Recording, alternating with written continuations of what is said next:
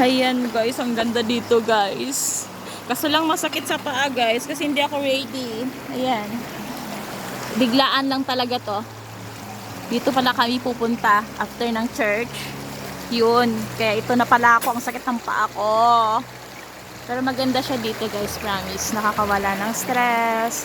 Ang saya-saya dito guys. Kaso nga lang, medyo malayo lang talaga siya. Pero kung dito ka makapunta guys, naku, tanggal lahat ng ano mo. Sakit sa ulo. Yan.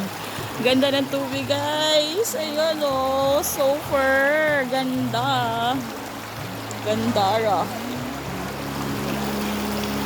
Ang ganda, diba? Ayun.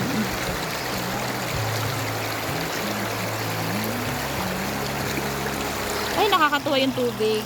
Wow! Perfect na perfect para sa akin to. Gusto ko yung, yung tubig. Yung daloy ng tubig. Diba? Wow na wow! Bye guys!